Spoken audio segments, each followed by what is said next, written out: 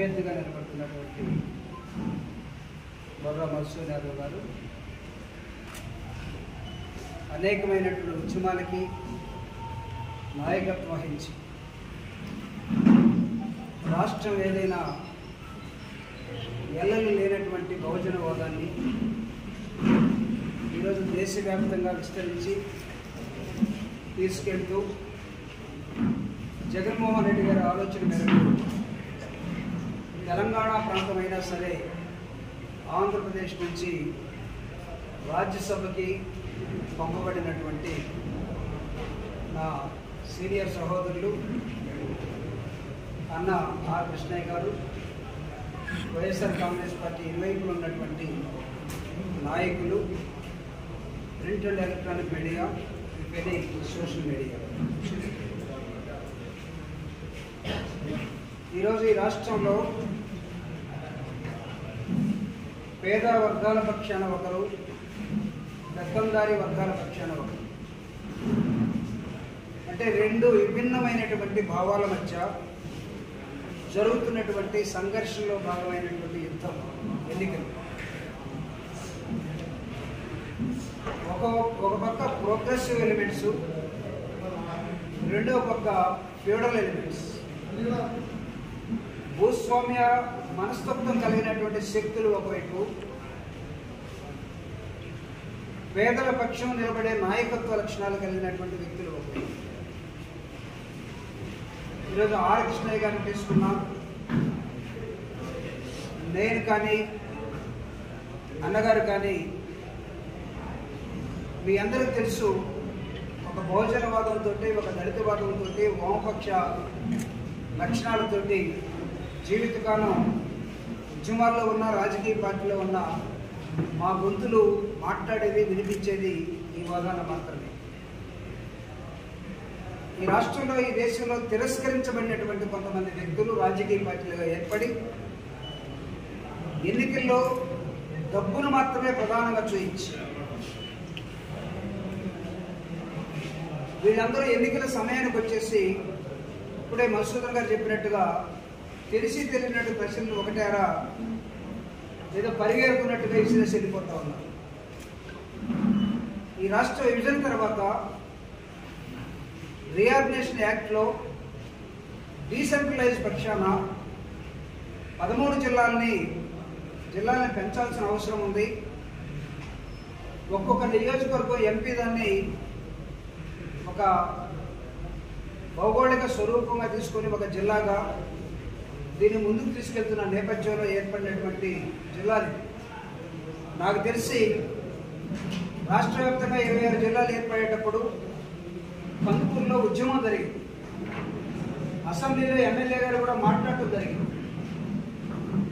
మీరందరూ కూడా నాకు తెలిసి ఉద్యమాల్లో పాల్గొన్న వ్యక్తులు కందుకూరుని ఒంగోలులోనే, ప్రకాశంలోనే ఉంచండి అని అడిగారు. కానీ ఆనాటి పరిస్థితులు ఏంటంటే ఏ ప్రాంతాన్ని ఎక్కడెక్కడ మనం మెచ్చేయాలి, మెచ్చేసే క్రమంలో ఒకవేళ అవసరమైతే లేటెస్ట్ స్టేజ్లో కూడా మార్చుకోవచ్చు అనే ఒక ఆలోచన కూడా ఆ రోజు ప్రజల ముందు పెట్టడం జరిగింది. That was not at all end point. So ఈరోజు వైఎస్ఆర్ కాంగ్రెస్ పార్టీ ప్రామిస్ చేస్తాము. మీరు అడగవచ్చు, ఆ రోజు కూడా వైఎస్ఆర్ కాంగ్రెస్ పార్టీ కదా ప్రభుత్వంలో ఉందని. కానీ నిన్న విజయసాయి రెడ్డి గారి మీద మాట్లాడినటువంటి అవతల వ్యక్తి పాపం చిన్నవాడే, డబ్బులలో వచ్చేమో, వీళ్ళందరూ కూడా అతని డబ్బులన్నీ కాజేయడం కోసం వచ్చి అతన్ని ఎగ్గొట్టు ఉండవచ్చు. ఈ జిల్లా ఎటుపోయింది ఎటుపోలేదో నిన్నటిదాకా ఏమి తెలియకుండా హైదరాబాద్లో ప్లాట్లు అమ్ముకుంటే సరిపోతుంది అనుకొని ఆ డబ్బులని తీసుకొచ్చి ఇక్కడ ఖర్చు పెట్టే క్రమంలో ఎవరో ఒకరు మాట్లాడిచ్చినట్టున్నారు. I have a little respect, not only little, అవతల క్యాండిడేట్లు అయినా రెస్పెక్ట్ ఉంటుంది మాకు. కానీ ఏ సబ్జెక్ట్ని ఎవరి మీద నెట్టి మాట్లాడాలి? విజయసాయి రెడ్డి గారికి ఈ రాష్ట్రంలో జరిగినటువంటి జిల్లాల అంటే కన్స్ట్రక్షన్కి విజయసాయి రెడ్డి గారికి ఏం సంబంధం ఉంది? ఇక్కడ ఉన్నటువంటి డిపార్ట్మెంట్ ఒకటి జరిగింది, ప్లానింగ్ డిపార్ట్మెంట్. ఆ రోజు దానికి ప్రభుత్వం ఉన్నది, ఎలా చేస్తే బాగుంటుందని వాళ్ళందరూ కూడా లోకల్గా జిల్లాలో నాయకులతో కూర్చొని మాట్లాడారు. ఇక్కడ గంభీరంగా ఉపయోగపడి వినపడి ఉంటే ఈరోజు మీరు ఏదైనా ఒక ప్రశ్న ఇచ్చి కానీ అసలు దీనికి ఏమాత్రం సంబంధం లేని విజయసాయిరెడ్డి గారిని విజయసాయిరెడ్డి గారు మొత్తం దోచుకుంటాడు, విజయసాయిరెడ్డి గారు దోచుకున్నారే ఎక్కడైనా ఎవడైనా చెప్తే నేను సవాల్ చేస్తున్న జూపూడి ప్రభాకర్ రావు. ఆయన రాజశేఖర రెడ్డి గారి కుటుంబానికి అండగా ఉండటం కోసం ఒక చార్టెడ్ అకౌంటెంట్గా ఉండి తన మీద ఒక నెపం నెడితే 16 నెలలు జగన్మోహన్ రెడ్డి గారికి జైల్లో ఉండి గడిపినటువంటి సాక్రిఫైస్ చేసిన వ్యక్తి. ఆయనకి మిగతా రాజకీయ నాయకులకి నక్కకి నాగలోకానికి తేడా ఉంది, దయచేసి తెలుసుకోమని కూడా కోరుతున్నారు. ఆయన ఏదో కందుకూరుకి మోసం చేసి కందుకూరు ఓట్లాడటానికి రాలేదు. అక్కడ కట్టుకునే ఒకవేళ ప్రాజెక్ట్ ఏదైనా ఉందంటే రామాయపట్నం ఏదో ఆయనకి ఎలాంటి బిజినెస్ తోటి సంబంధం లేదు. ఈ declared himself I don't have even a small business అని. కావాలంటే మీకున్న రియల్ ఎస్టేట్ బిజినెస్, ఆయనకి అది కూడా లేవు. కానీ విజయసాయిరెడ్డిని టార్గెట్ చేసి మాట్లాడటం, పురా మసూద్ యాదవ్ గారు నాన్ లోకల్ వచ్చారంటాం. గతంలో మీరందరూ మోసింది కూడా నాన్ లోకల్ జెండానే కదా. లోకల్ జెండా ఇప్పుడు మోసారా? మీ నాయకులు కానీ ఈరోజు సగం మంది కానీ పవన్ కళ్యాణ్ తోట బీజేపీ కలిసి పురంధరేశ్వర దేవుడు రాజమండ్రి ఎందుకు పంపించారు? పవన్ కళ్యాణ్ దేవుడు పిఠాపురం ఎందుకు పంపించారు? చంద్రబాబు నాయుడు చంద్రగిరి నుంచి ఎందుకు వెళ్ళిపోయాడు? బాలకృష్ణదేవూరు ఎక్కడికి వెళ్ళాడు? ఆయన ఎవరు? మంగళగిరా ఆయనే ఊరు, ఆయన ఎందుకు వెళ్ళిపోయాడు?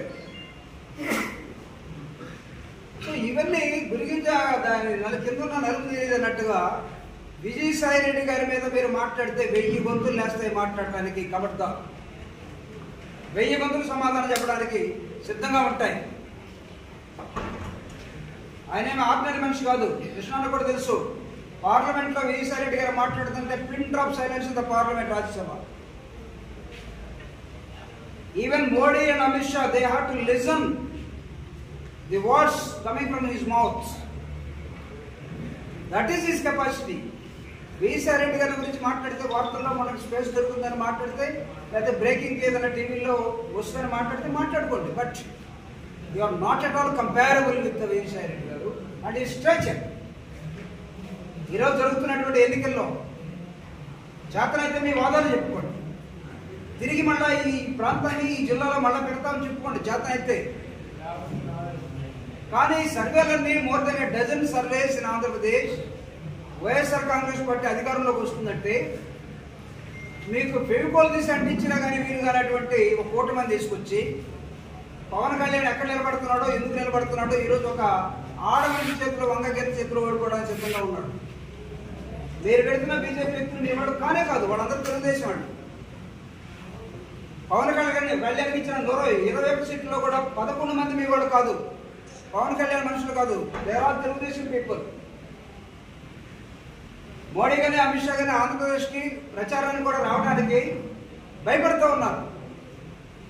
నిన్నటిదాకా మనం తిప్పినటువంటి వ్యక్తికి చంద్రబాబు నాయుడు 2019లో నల్ల చొక్కా నల్ల ప్యాంట్ వేసుకొని మోడీ నీ అమ్మ ఎవరు, మోడీ నువ్వు డిగ్రీ ఎక్కడ చదువుకున్నావు, నువ్వు ఏ క్లాస్ క్వాలిఫికేషన్ ఏంటి, నీకు ఎన్ని భాషలు వచ్చు, ఇంగ్లీష్ వచ్చా హిందీ వచ్చా, ఈ ప్రశ్న చేసి ఈరోజు మోడీ కాళ్ళ దగ్గరికి వెళ్ళి 53 రోజులు జైల్లో ఉండేసరికి బెదిరిపోయి లోకేష్ వెళ్ళి మేము అసలు అన్కండిషనల్గా మా పార్టీని మీలో కలిపేస్తామని చెప్పుకున్న తర్వాత కుదిరినటువంటి మీ కలయికిది. కానీ ఒకే ఒక్కడగా 175కి 175 గెలవాలనే ఒకే ఒక్క నిర్ణయంతో వై నాట్, ఎందుకు గెలవకూడదు? What is wrong? మీ పిల్లలు మంచి స్కూల్లో చేరాలని చేర్చుకుంటారా? చేరిన వాళ్ళందరూ కూడా ఐఏఎస్ రావాలని కోరుకుంటారా? కాబట్టి ఈ యాంగిల్లో వైఎస్ఆర్ కాంగ్రెస్ పార్టీ పనిచేస్తున్న నేపథ్యం ఒకవైపు కనబడుతూ ఉంటే, వైఎస్ఆర్ కాంగ్రెస్ పార్టీకి పేద బలహీన వర్గాలందరూ కూడా ఈరోజు అండగా ఉంటే, చంద్రబాబు నాయుడు గారు ఒక సవాల్ విసురుతూ ఉన్నాం. తను 14 సంవత్సరాలు ముఖ్యమంత్రి అని చెప్తున్నాడు, 45 సంవత్సరాలు ఇండస్ట్రీ చెప్తున్నాడు. ఏ సారైనా మీరు ఎంపీగా ముఖ్యమంత్రిగా ఉన్నప్పుడు 2,70,000 కోట్ల రూపాయలని ప్రజలకు పంచారా? ఈరోజు మా ధైర్యం అదే.